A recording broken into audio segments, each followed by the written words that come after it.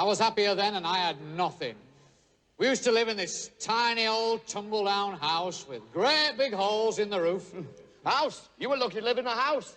We used to live in one room, all 26 of us, no furniture, half the floor was missing. We're all huddled together in one corner for fear of falling. You were lucky to have a room. We used to have to live in the corridor. Oh, we used to dream of living in a corridor. Would have been a palace to us. We used to live in an old water tank on a rubbish tip. We got woke up every morning by having a load of rotting fish dumped all over us. House. Hello and welcome to part 8 of the Essence of Anarchy series. Following on from education and healthcare, in this episode I'll be looking at another core service the state provides, that of social welfare. This will be a brief look, as I want to move on and focus attention on the thing that makes social welfare necessary. I want to look at poverty and examine the role the state plays in maintaining it. A basic financial safety net is, like healthcare, one of the things we can make a good case for the state providing. If high-minded principles about everything being consensual lead to people dying on the streets, then what good are they?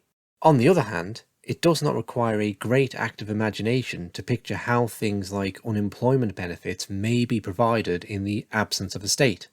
The state is essentially acting as an insurance broker, one which requires compulsory payments from all people in a given area. In its absence, people would still wish to have the security of knowing they will be taken care of should they fall on hard times. The same service would then be offered by insurance providers, be they literal insurance companies or the kind of fraternal societies which were popular up until the time states monopolized this market. Another example would be pension plans. People of course have consensual pension schemes in addition to the coercive state schemes they are forced to buy into. A criticism that could be levelled at a purely consensual approach is that a percentage of people are either too poor or irresponsible to invest in such insurance schemes. We then have a situation where either through illness or old age they become unable to support themselves and they do end up on the streets. The burden is then picked up either by charities or the community, or they are simply left there. Is it not better then to make sure this doesn't happen by making such insurance policies compulsory? There are a few problems with this. Firstly, I would recall the paternal patronising of the lower orders I mentioned in the education episode. It's fine if you believe that segments of society are incapable of long-term decision-making and need to have their future well managed by their betters, but again, let's just be clear that that's what we're saying. The second problem is that it seems strange to create a blanket scheme, putting goodness knows how many consensual insurance providers out of business, in order to deal with the minority of people who will be unable to provide for themselves. There are non-coercive ways to ensure people acquire social security. Remembering Bob's apartment block, it is compulsory as a condition of living there to contribute to the maintenance of the building. Bob could also stipulate that residents must contribute to a communal social security fund. He could argue that it's only responsible to have such an organised system, as the burden of looking after those down on their luck tends to fall on their neighbours anyway. I honestly have no idea whether this would be a good way of doing it or not. I mention it as it is the most comparable to our current coercive system. Finally, there are repercussions to such a system. As a coercive provider does not have to attract customers, it is not under market pressure to keep its prices down and therefore can only be more expensive. As it does not have to worry about bankruptcy, it is not under pressure to assist people in getting off the payments in the same way a consensual provider would be. This leads to the complaint often levelled at state social welfare, that it creates poverty traps. People receiving benefits are unable to take low-paying entry-level jobs, as doing so will cause their benefits to be immediately terminated. These problems manifest in other ways, with child benefit being conditional on not having a father in the house, for example. Exasperating family breakdown. I'm going to shift gears now and talk about the thing that underpins the justification for coercive social security. That is the continuation of poverty. Indeed, if it wasn't for poverty, would we really be worried about the provision of healthcare, education, or social security? All of these issues are really challenges of taking care of people who are poor. If every household had an income above £60,000 a year, we wouldn't need to talk about these issues. The deeper question then is, why do we have poverty? Why does it persist? And are there things our coercive government structures do that exacerbate it? The opening quotation is from the Monty Python sketch, The Four Yorkshiremen. Four men sit around in smart suits sipping cognac, reminiscing about the hardship of their youth. It works because it's a familiar scene to Britons of a certain age. The Monty Python crew, being born just after the Second World War, would have grown up in an age of ever-increasing living standards. They would have listened to an older generation explain the poverty of the pre-war world. That generation struggled to explain this contrast to a world that couldn't understand leaving the house to go to the toilet. It's hard for us to conceive of just how fast things changed. To read George Orwell's The Road to Wigan Pier about the living condition of miners in the 1930s is to visit a world unimaginable to anyone born just a few decades later. Yet this poverty was humanity's natural state since time immemorial. Read some accounts of the lives of peasants in Elizabethan England, and the 1930s suddenly seems like a paradise. Poverty began to diminish in the 19th century, only really shifting for people in the latter half of the 20th. The engine that ultimately drove this was obviously the development of labour-saving technology. And yet, we never quite seem to get to a place where poverty is finally dealt a decisive blow. It sticks around somehow. What does coercion do to enable this? If we think once more about organised crime, it's obvious that it acts to increase poverty. A few people are enriched at the expense of the many. This is in contrast to consensual trade, where goods are exchanged in a way that benefits and enriches both parties. Let's imagine a situation where organised crime was driven by a misguided sense of altruism. If we bring back Feature the Manor, in this scenario he is concerned that some people are not able to afford gardening services. To address this, he provides gardening to all through implementing a system of taxation. How would this play out?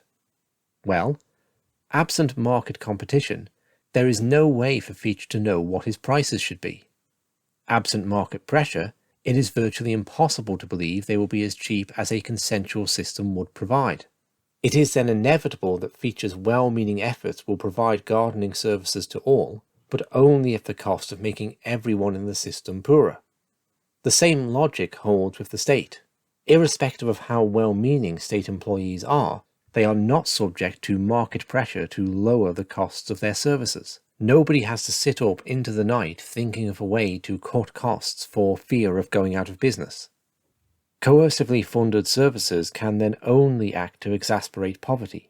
Absent market competition, it is virtually impossible for them to be as efficient as consensual ones. Does this make a big difference? Well, if you think about it, the average person in the average country is spending probably in the region of 20 years of their working life just paying taxes. That is to say, just paying for coercively funded services. I have seen studies that claim to demonstrate state coercive services to be about twice as expensive as market consensual ones. Barring the discovery of some general principle that determines this, it could obviously alter greatly in different places and times. Whatever the amount is, it is clear that, given the size of the spend, any substantial difference will lead to a massive increase in poverty. People are essentially wasting years of labour on inefficiency.